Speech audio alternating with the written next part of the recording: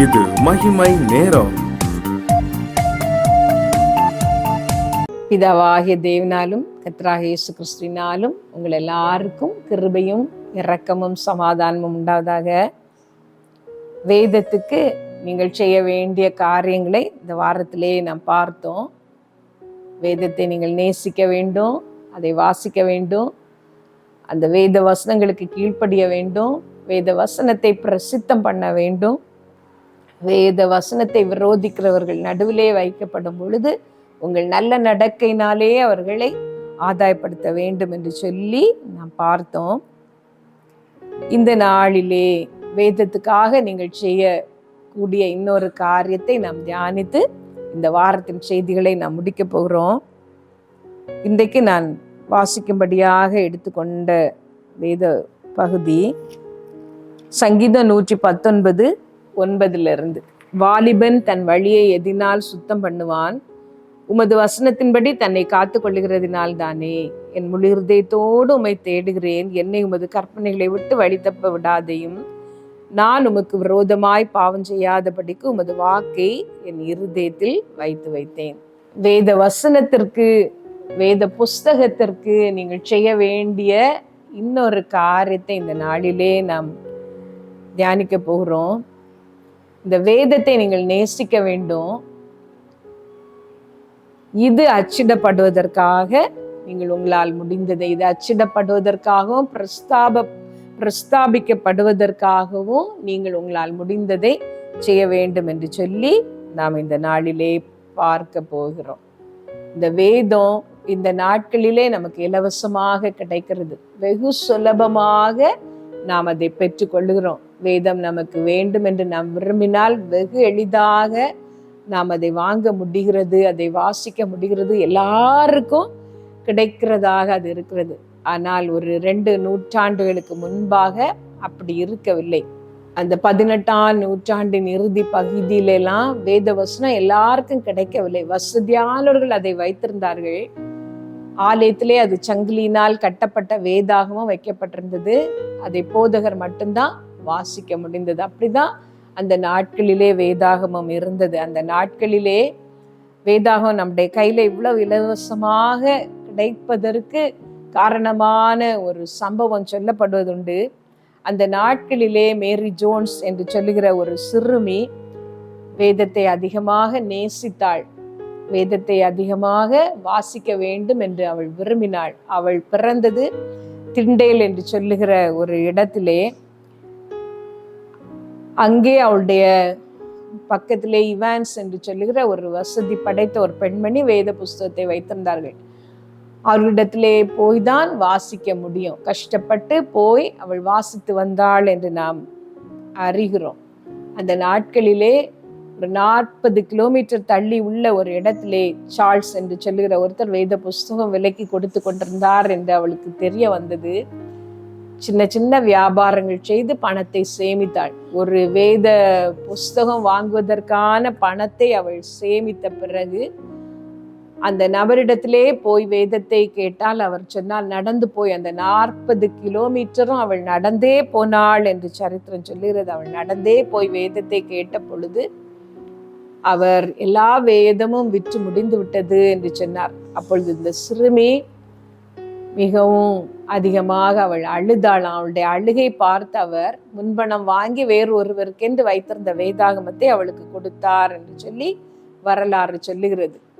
அந்த வேதத்தை பெற்றுக்கொண்டு அவள் அதிக சந்தோஷத்தோடு தன்னுடைய வீட்டிற்கு வந்து அதை வாசித்தாளாம். இந்த சம்பவத்தை அறிந்தவர்கள், அந்த இடத்தில் உள்ள தெய்வ பக்தி உள்ள மனிதர்கள் சேர்ந்து தொடங்கினது தான் இந்த வேதாகமத்தை அச்சடிக்கிற இந்திய வேதாகம சங்கம், British and foreign Bible society என்று சொல்லுகிற ஒரு சங்கம். அதன் கிளைகளாக தான் இன்றைக்கு உலகம் முழுவதும் வேதாகமத்தை அச்சடிக்கிற சங்கங்கள் இருக்கிறது.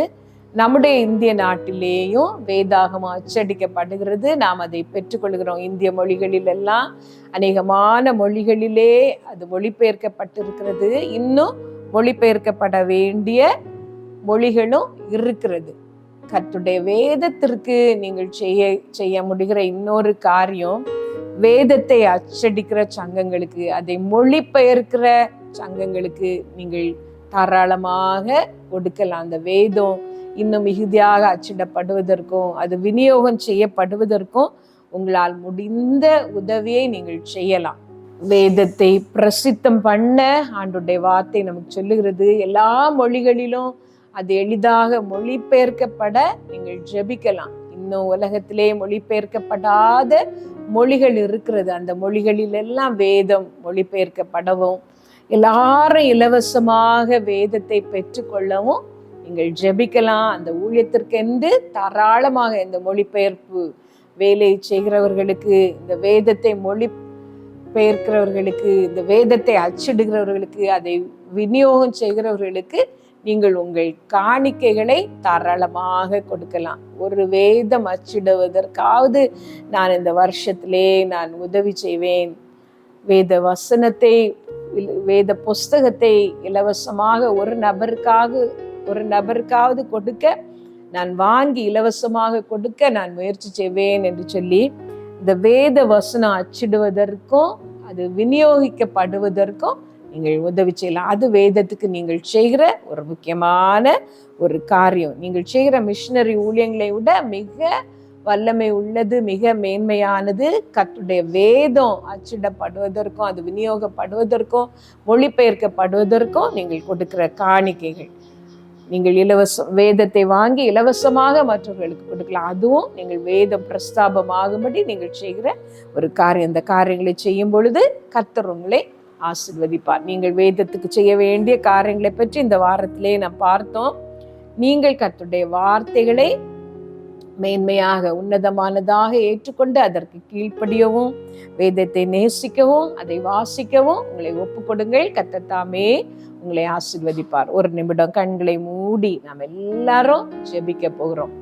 இதுவரைக்கும் வேதத்தை ஒரு பொருட்டாக எண்ணாதவர்கள், கடமைக்காக அதை வாசிக்கிறவர்கள், வேதம் ஏதோ ஒரு புஸ்தகம் என்று வைத்திருக்கிறவர்கள், இந்த நாளிலே மனம் திரும்பி ஆண்டவரே, சர்வ வல்லமையுள்ள தேவன் எனக்கு என்று தந்த விலையேறப்பெற்ற பொக்கிஷம் அது சர்வ வல்லவருடைய வார்த்தைகள். அது மனிதரால் எழுதப்பட்டிருந்தாலும் அது மனித வார்த்தைகள் அல்ல, அது தேவ வார்த்தைகள். அந்த வார்த்தைகளிலே ஒரு ஜீவன் உண்டு.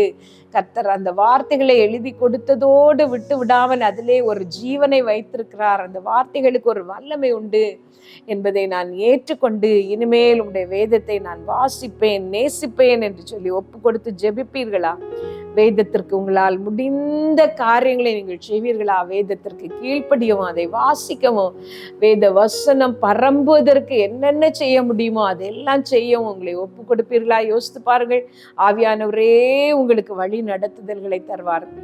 எப்படி நீங்கள் வேதத்தை பிரஸ்தாபம் பண்ண வேண்டும் என்கிற வழி நடத்துதல்களை கர்த்தரே உங்களுக்கு தருவார். ஆண்டவரே, நான் என்னை ஒப்பு கொடுக்கிறேன், எனக்கு வழிகளை திறந்து தாரும் என்று சொல்லி மட்டும் கேளுங்கள். சர்வ வல்லமையுள்ள எங்கள் நல்ல தகப்பனே, இந்த நல்ல நாளுக்காகவே நாங்கள் ஸ்தோத்திரிக்கிறோம்ப்பா, ஸ்தோத்திரிக்கிறோம். உடைய வேதத்தை குறித்து இந்த வருஷத்தின் ஆரம்பத்திலே நாங்கள் வாசித்தோம்.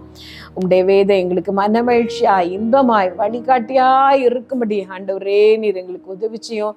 அதிகமாக அதை நேசிக்க, வாசிக்க, அதற்கு கீழ்ப்படி எங்களை நாங்கள் ஒப்பு கொடுக்கிறோம். ஆண்டவரே, வேத வசனத்தை கொண்டு எங்களோடு நீர் இடைப்படும். இந்த வருஷத்திலே ஒவ்வொரு நாளும் வாசிக்கத்தக்கதாக எங்களுக்கு நல்ல மனநிலையும் நல்ல சூழ்நிலைகளையும் நீர் தாரும். ஆண்டவரே, மற்ற காரியங்கள் எல்லாம் நாங்கள் விலக்கி விட்டு உங்களுடைய வேதத்தை நாங்கள் வாசிக்கட்டும். கர்த்தாவே, போதும் மகிமை டிவிக்காக நாங்கள் ஜெபிக்கிறோம். நீர் அதை ஆசீர்வதியம்பா, அதை வர்த்திக்க பண்ணும். ஆண்டவரே, அதன் தேவைகள் எல்லாவற்றையும் நீர் சந்தியும். ஏசப்பா, அதை நடத்துகிறவர்கள் அதை லகுவாக நடத்தத்தக்கதாக கர்த்தாவே நீர் பரலோகத்திலிருந்து ஒத்தாசை அனுப்பும். எந்த இடத்துலலாம் மனித ஒத்தாசைகள் தேவைப்படுகிறதோ கர்த்தாவே, அந்த இடத்துல எல்லாம் நீர் மனுஷருடைய உதவிகள் கிடைக்கத்தக்கதாக நீர் அதை ஆசீர்வதிக்க நாங்கள் ஜெபிக்கிறோம். இதற்கு விரோதமாக நிற்கிற எல்லா அந்தகார ஆவிகளையும் இயேசுவின் நாமத்தினால நாங்கள் கட்டுகிறோம். வான மண்டலங்களில் உள்ள சேனைகளை இயேசுவின் நாமத்தினால நாங்கள் சிதறடித்து ஜெபிக்கிறோம். கர்த்தாவே, இந்த டெலிவிஷனை கொண்டு நீர் உம்முடைய பிள்ளைகளோடு இடைப்படும். ஆண்டவரே, இதிலே வருகிற பாடல்கள், செய்திகள் அநேகருக்கு பிரயோஜனமா இருக்கட்டும். பலத்த அற்புதங்கள் நடக்கட்டும். இயேசுப்பா, கர்த்தாவே, இதுல செய்தி கொடுக்குற எல்லாருக்காகவும் நாங்க ஜெபிக்கிறோம். அவர்களை ஆசீர்வதியும், அவர்கள் குடும்பங்களை ஆசீர்வதியும். இது கர்த்தருக்கு ஏற்றது என்று சொல்லி இதை உண்மை உத்தமாய் செய்கிற பலனை நீர் ஒவ்வொருத்தருக்கும் தாரும். கர்த்தாவே, எங்களை உடைய கரத்துல தந்து ஜெபிக்கிறோம் ஏசப்பா. அப்பிரயோஜனமான ஊழியக்காரி செய்ய வேண்டிய கடமை மாத்திரம் நான் செய்திருக்கிறேன் ஆண்டவரே. இதனால சகல துதியும் கனமும் மகிமையும் உமக்கு உண்டாகட்டும். அது உமக்கே உரியதப்பா, அதை உமக்கே செலுத்துகிறேன். இயேசு நாமத்துல கேட்கிறோம் ஜீவனுள்ள எங்கள் நல்ல பிதாவே, ஆமேன்.